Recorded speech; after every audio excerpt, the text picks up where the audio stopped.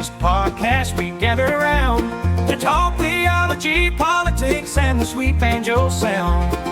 Kevin Thompson leads the way, teacher and preacher too. With a men's quartet, the harmonies ring true. Gather around the mic, let's find our way, singing praises, strumming banjo strings all day. Amputated Baptist podcast, where we all belong. Join the harmony, let it carry us along.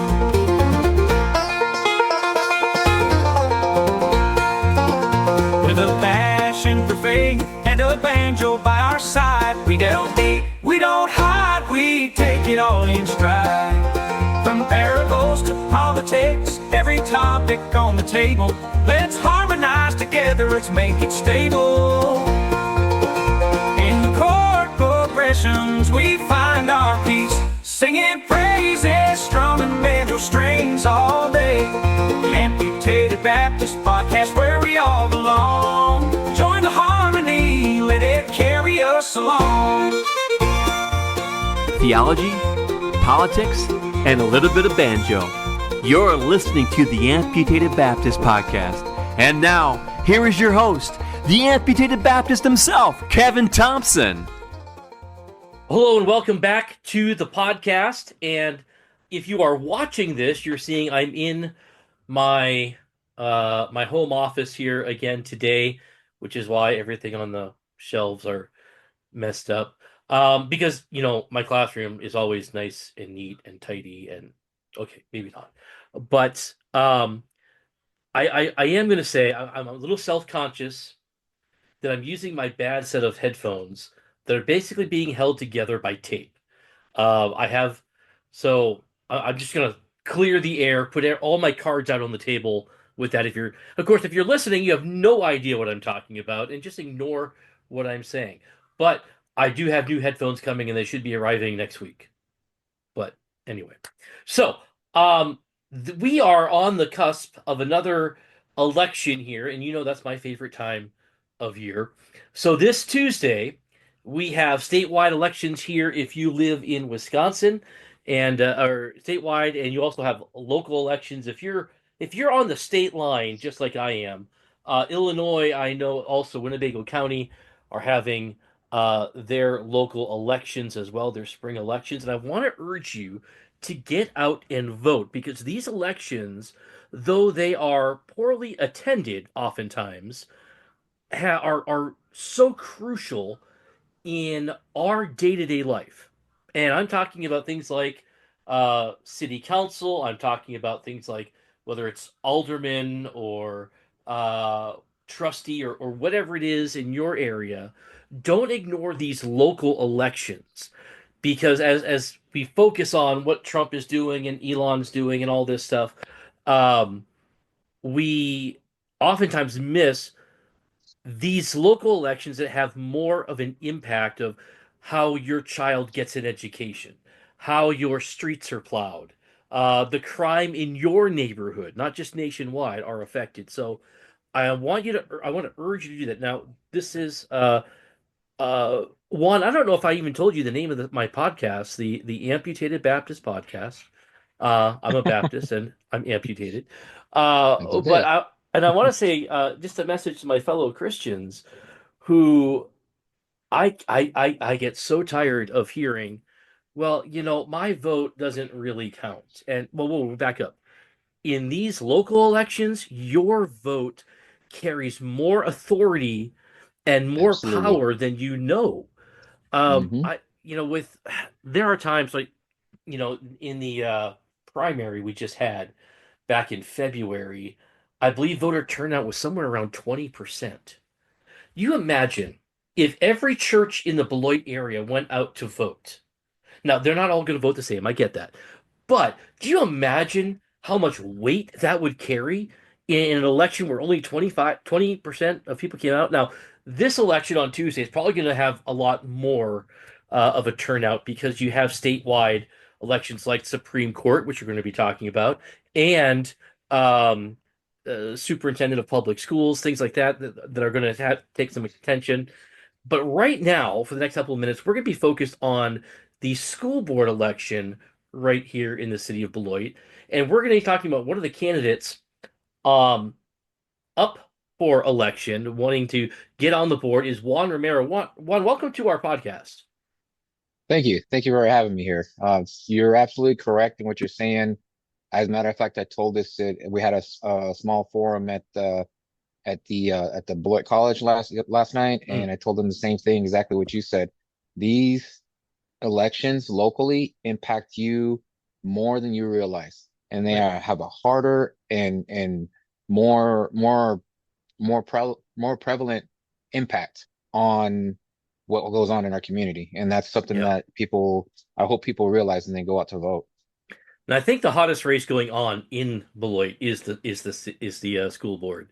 Because there's let's just face it. I'm going to say it. I don't know if you want to say it, but I'll say it. Some things are messed up right now in our district, and I think there's some partisan bickering back and forth, but caught in the middle are children who simply want an education and deserve an Right. education. And I think it's Hmm. our job as a community to give them that education, to give them the best education that we possibly can. So this election is really crucial because I think we're at a tipping point in our community. There's a lot of outcry. I think change is being demanded. And so, Juan, I want to ask you, what made you run for school board? Because I always tell people there's a difference between people like you and people like me. People like me read the news and yell at the television and, troll people on social media. But you look at the same stuff and you're like, you know what? I want to be part of the difference. I actually want to be part of the solution and actually make a difference. So, what got you into this race? Um, well, honestly, I'm the kind of person where when I see a problem and I can't help it, I try to think of a way to fix it. I accept that the problem's there. I don't like to be the person like, well, this is horrible there. That's just, and that's wrong. This is wrong. This is wrong. I like to find a solution. Say, yes, that's wrong. Maybe we can do this. Maybe that's wrong. Maybe we could fix it this way. I like to try to find something to fix or to amend what is broken or what I think needs to be righted. Um, a lot of people, they're quick to find the problems, but they're not as quick to Right. help find a solution because especially in this race, it's not a political thing. It's not a political issue. It's an issue of our children. It's an issue of our Yeah. community. It's an issue of our city. And a strong school district always puts so much benefit for a strong city and a strong community. Whether or not you have kids in the district, it affects everybody. Yeah. So what you asked me what brought me in, I noticed issues that was going on with my son, um it telling me what's going on at his school. And he was really bright bushy tail at the beginning of the year. I want to go to Mm, school. Yeah, I want to go to public school because we'd been homeschooling him. Because we've been moving around around the country for a bit. So he was on homeschool. He finally tells me, Dad, I really want to go to a real school. I said, okay, well, we'll try to put you in a couple classes here and there, at a real school and keep your online going. And we went to tour Fruza and he said, Dad, I really want to go full time. So, okay, mm. we'll give it a try. And he was gung ho. But by the first month, the third week in that first month, he was like, this is a bad idea. I'm like, well, what's going on? It's like the wind just went from 100% sales to nothing in the sales. Yeah. I was like, well, what's going on? He started explaining to me what was happening, all the discipline issues that we're having with the children, the teachers that were not enforcing things or they felt like they couldn't do something. So I take it with a grain of salt because figure, kids are gonna explain Yeah. something. Okay, there's a problem there. So, I'm not gonna take them literal word for word because sometimes, kids can't express themselves very well, but there's a problem. So I'm like, okay, gonna look out and see what's going on. We ended up going to the parent teacher conferences and I saw it firsthand what he was talking about. There was a parent and we were sitting there waiting for a science teacher to finish up with a parent that in front of us. And she was just ripping him up and down, just going off on this guy. This poor guy had a deer in the headlight look. Like, I don't know how to respond. He was just like he was there, but he wasn't there. Mm. And she ended up getting up and leaving. And I looked at my wife. I said, "What did you just see this?" And my son says, "That's one of the kids that's usually always in trouble. He's always causing problems usually." So I'm like, okay. So we end up go sit down in front of him, and he still has the deer in the headlight look. He had not looked away from that gaze when when he started with this lady, and I sat Yeah. down and I kind of did the one of these, like, "Are you okay?"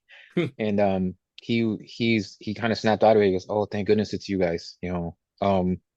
I just can you just give me 1 second?" I was like, "Yeah, take your time, collect yourself. It's okay. Whatever happened, happened. It's done. It's done." And he's like, "Okay, well, Ricky's good. He's a good kid and all that." And I was like, "All right." But that whole thing right there, it stuck in my head. This guy needs help. He's not asking for help, or if he has, I don't know, but he needs some kind of help, some kind of support. Yeah. So I wasn't sure exactly what it is that this particular teacher was needing, but I'm seeing that, and then I'm putting one and one together with what my son's telling me, with what I'm seeing there, and then it just came more. It kind of put it even more so when I started hearing more stories from other parents that were kind of experiencing the same thing. Yeah. So you said, okay, well, it didn't, that needs to be fixed. So I need to figure out how to do this. I ended up calling the superintendent to see, what can be done as far as some things. And I kind of got a roundabout answer about some things, and he couldn't really be specific on others. So okay, we went to the school board meeting to see what's being talked about in the meetings, what's going on, and they're Yeah. having a serious. I mean, the first meeting that we went to, they spent 45 minutes just trying to approve minutes from a previous meeting, Mm. and it was that like was really a huge red flag for me and my wife, and we looked at each other, Martine and myself, and well, no wonder anything's not getting done if they're taking 45 minutes to approve meetings. And keep in mind, this is the very first time that we actually Yeah. went to a meeting.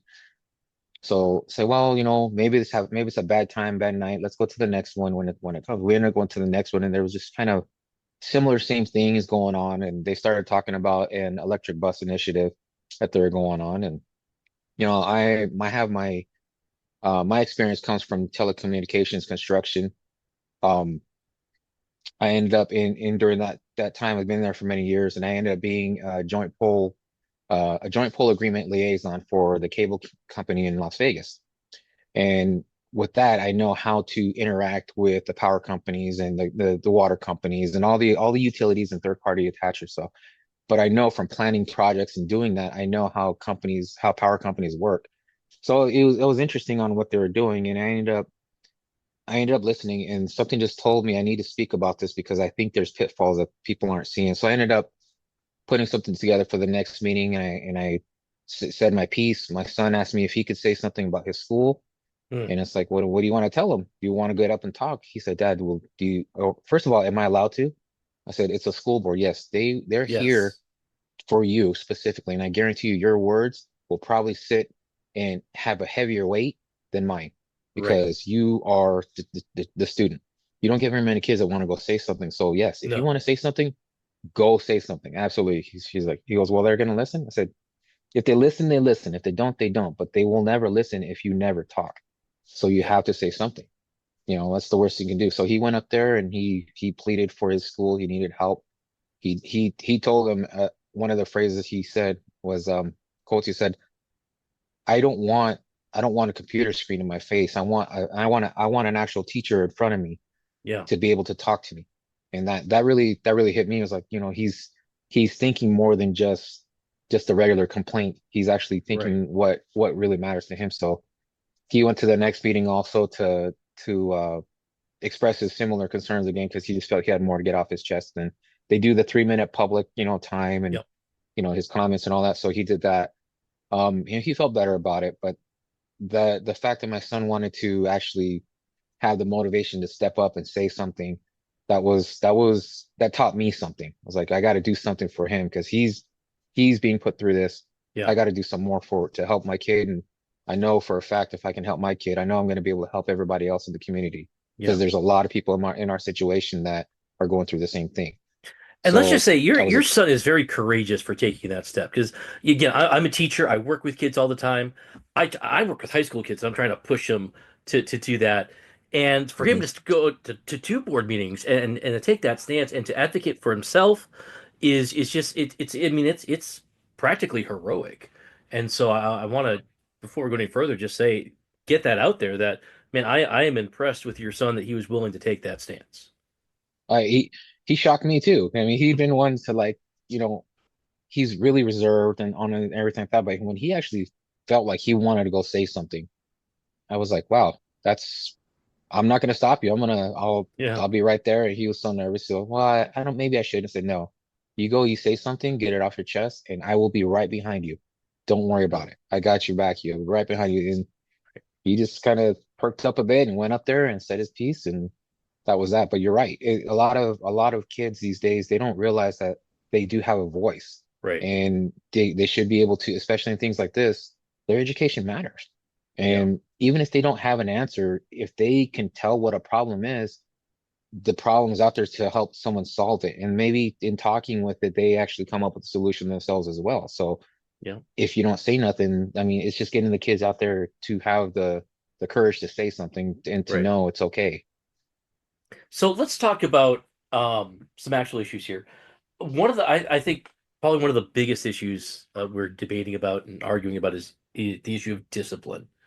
Um, how do we hold kids' feet to the fire on that, or do you think we are already? Is there the code of conduct? We need to enforce that more. I was talking with one teacher from Beloit Memorial, and she said, all the trouble you hear is like it's like 60 kids out of however many they have. Um, but do you? So I guess my question is: A, do you think it's a problem? B, what should we do about it? Um, well, let's ask the teachers who doesn't think it's a problem. Hmm. I'm kind of willing to bet a majority of the teachers will say, yeah, that's an issue.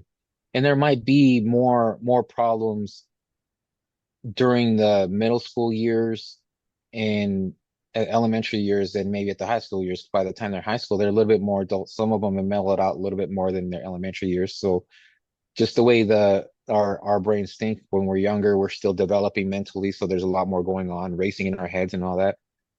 But is it a problem? I think it is in a lot of aspects. Yeah. But of Hmm. course, it's not a problem for every little instance. Of course not. But unfortunately, the problems that do arise, they're larger than something small. So it hits a little bit harder. It's like what's the saying? There's a small group saying something, and there's a large group saying nothing. You're only going to hear the small group. Yeah. So you have to really understand, well, what's the issue? What's the problem? And then you got to determine where the problem lies and why the kids are behaving certain ways. Because it's not you're going to pull them out. You're going to go discipline them. And that's it. You pull them out and you find out what's the root cause of what's going on. Is he having a bad day or something happened that set him off or whatnot? And I say the him, but them, whoever it is, boy or girl. It's just you got to find out what the root cause is. If you're not, you're just putting a band-aid on something and there you go, Right. which is Right. a lot of support for these teachers. They need to be able to have that support from the administration to pull them out so they don't have to keep spending discipline time versus teaching time. It's harder. Yeah. If you have the teachers have time, they have time for prep time, they have time for teaching what they have to teach, then you're not spending time on discipline. That's where the administration needs to help out. You pull them out and you find out what the root cause of what's going on. It could be just something really easy, or there could be something more serious that they don't realize is, the kids don't realize it's more serious than what it is. So you got to kind of figure it out. So what to do with it is, yeah, we need to be able to make sure our teachers have all the resources they need to identify the crises when they happen. Um, to be able to have the resources for the administrators to be able to Hmm. go and assist the teachers when they need to, or to have the staff in place to do that, to have the spaces to take the students once they're pulled out to find out what's going on. And it's not saying we're going to take you to a room and here's some candy. You could take a Right. breath. Here's some candy, watch a little bit of video. It's nothing like that. It's a matter of like take a breath, settle down. Okay, let's talk. What's up? What's going on? Talk to me. And a lot of times that's what the kids need.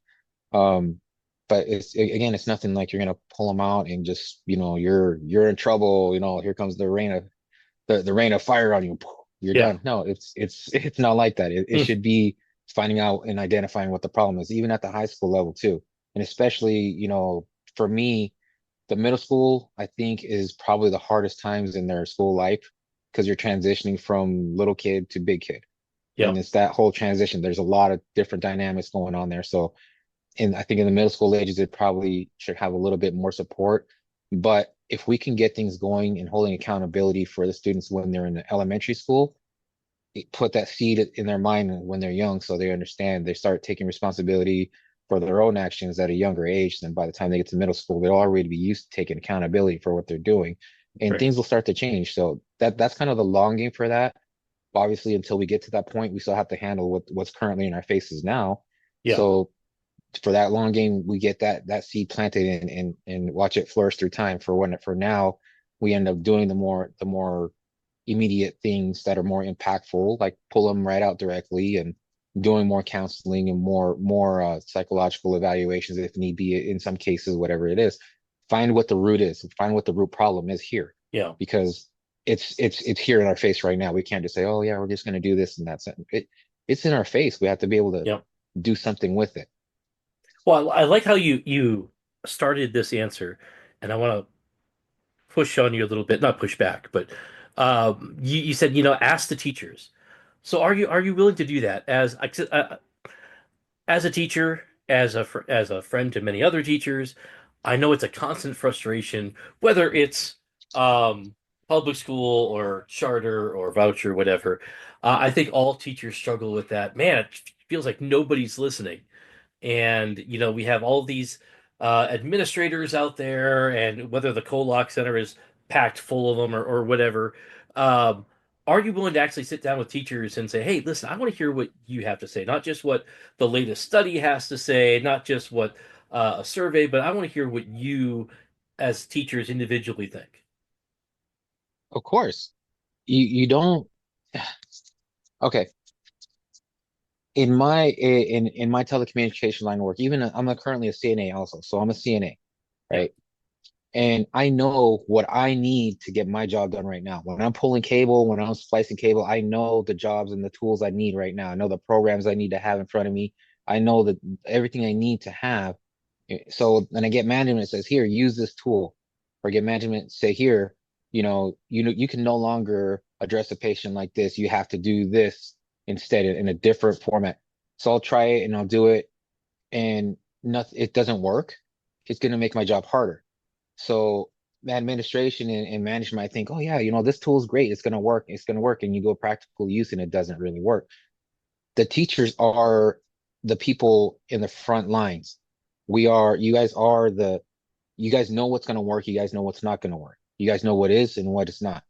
If we don't get that input, we're just going to be throwing money away and spinning wheels, because we're spending money on things that are not conducive to what our teachers are requiring. It might work in a different district on certain things. That's great, but that's not our district. If it's not working for our district, we shouldn't be using whatever it is.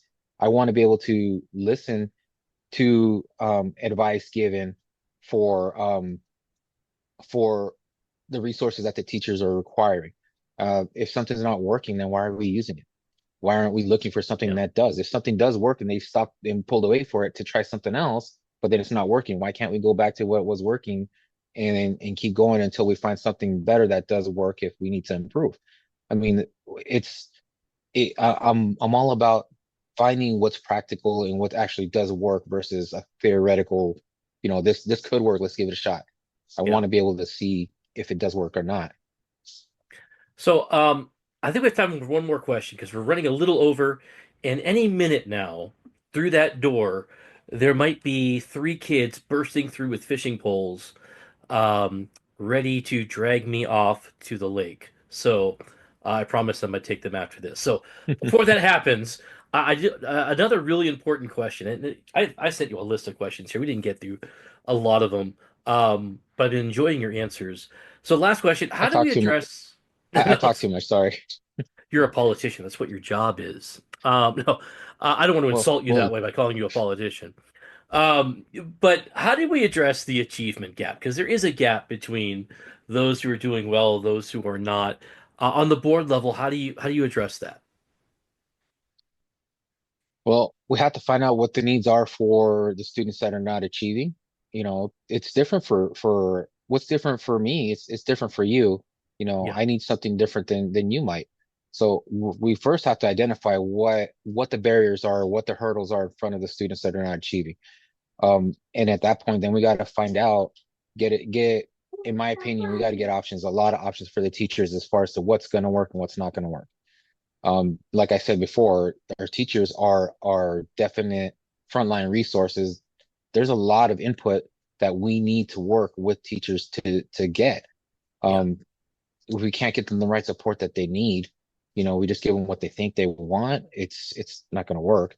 So that's what we have to do, in my opinion, and to dig into more, you have to basically, in general, just listen more and apply what's going on. Someone's telling me I need this for this group of students. I'm going to go see what it's going to entail. I'm going to look at data to see how it can impact this particular situation, how it wouldn't, because I like to look on both sides. I like to look at the pros and cons of everything. And then I want to get back to this particular person telling us we need this. Say, okay, I looked into it. It shows positive for this matter. It shows negative on this matter. What's your opinion on that? And I want to see if it can work, because I don't want to give you something that's not going to work. So Yeah. it's a really, it's not a really, it's not an answer. You could just say, hey, you could just do this one thing and that's it. You Right. know, the code of conduct does play on a lot of factors on every little thing. It touches on every aspect of what's going on, every situation here.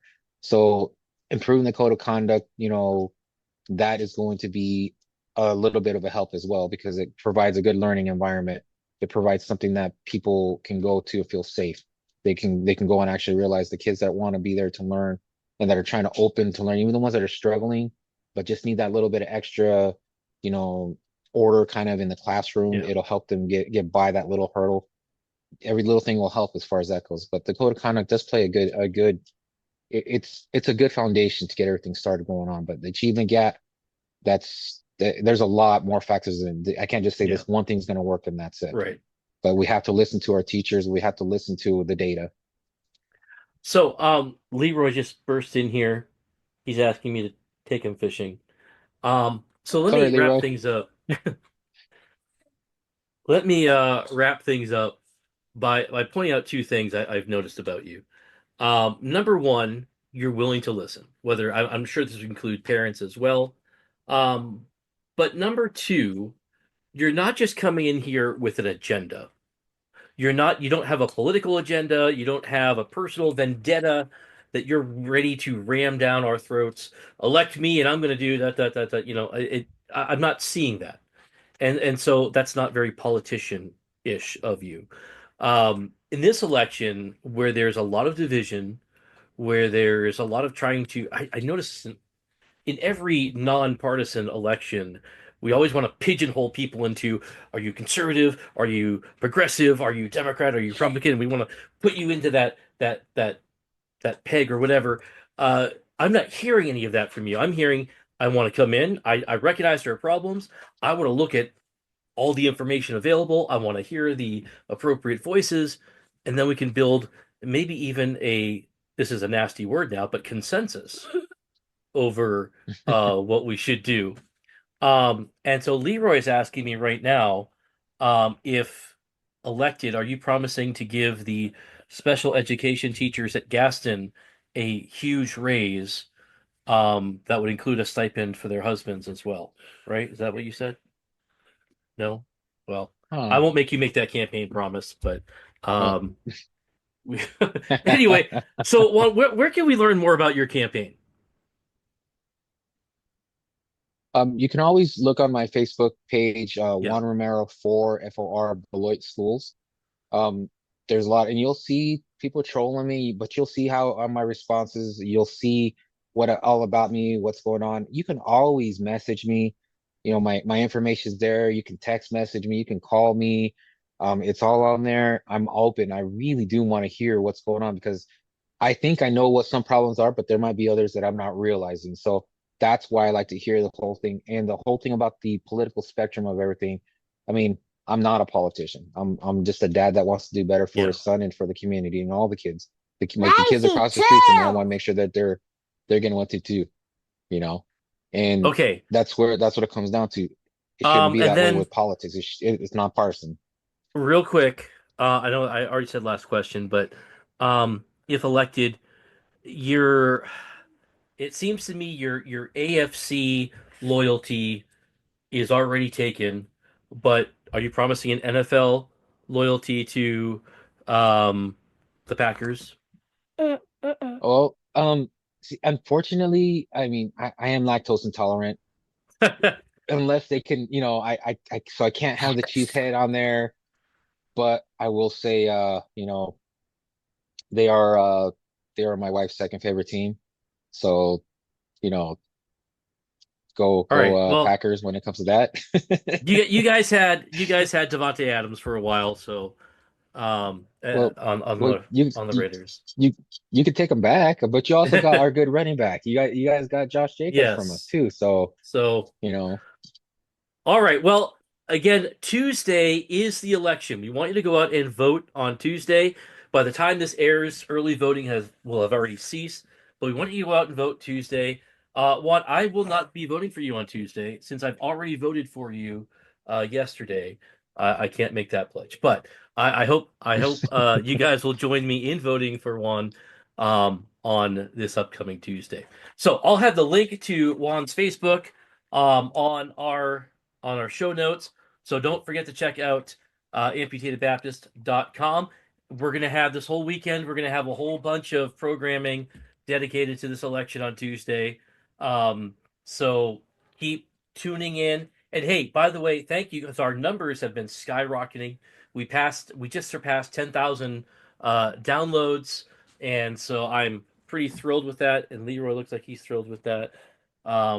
So amputedbaptist.com. So again, check that website. Check your RSS feed or wherever you get your podcast from, because we're gonna have a whole bunch this weekend. So until next time, have a great rest of your week. Singing praises, strumming banjo strings all day. Amputated Baptist Podcast, where we all belong. Join the harmony, let it carry us along.